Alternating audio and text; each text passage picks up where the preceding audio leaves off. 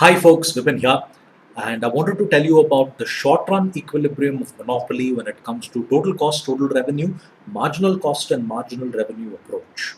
Now in that graph you can see two dots being represented. The red dot refers to total cost and the blue dot refers to total revenue.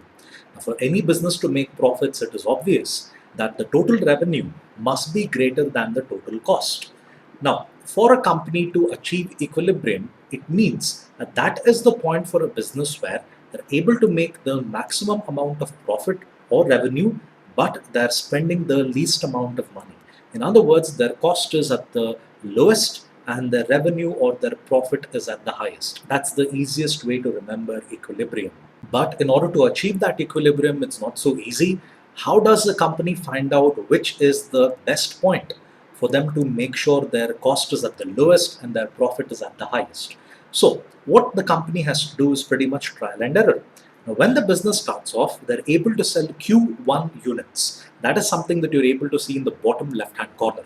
And there you can see that their total revenue is much lower than the cost that they're incurring. Why is it so low? Because they're just starting off, they're spending a lot of money in telling people, telling customers that look, this is what we are, and please buy our product. So they're spending a lot of money in marketing efforts, research and development. All this, they're incurring a lot of cost, and therefore, when they're selling Q1 units, the money that they're making is actually a loss. Next, what happens is you have the company selling more units. They've become well established, and because they're well established, their efforts in marketing, all that reduces. So the amount of money they're making would be more.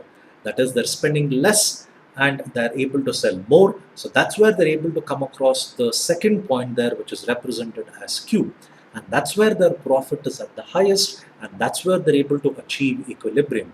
But remember, the company doesn't know that this is the best possible place for them to sell their products, and what they actually want to do is they want to make more profits, and that's when they try to sell Q2 units.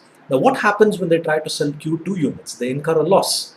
Why is it that they incur a loss? Maybe because they're trying to enter into a market where their product cannot be sold, or they're trying to get into a market where there is too much competition already, and that's when you can come across the total cost there increases and the total revenue there actually drops. Now, here, the point of equilibrium for them is B, D, and E. And that is the place where they're able to make sure that they're able to get the highest amount of profit and the least amount of expense. Marginal revenue approach and marginal cost approach is very similar to the previous one. What is actually different here is rather than total cost and total revenue, we look at what happens to a business when it tries to sell one additional unit.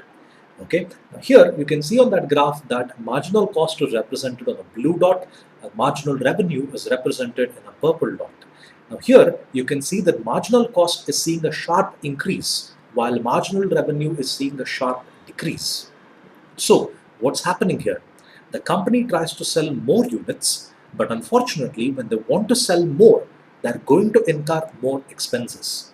Think of it like this. If you're a person who has a restaurant in South Bangalore and you want to make sure you have another branch in North Bangalore, now in order to establish another restaurant in North Bangalore, you would incur additional cost. Your objective is, let me sell it to one more customer in North Bangalore.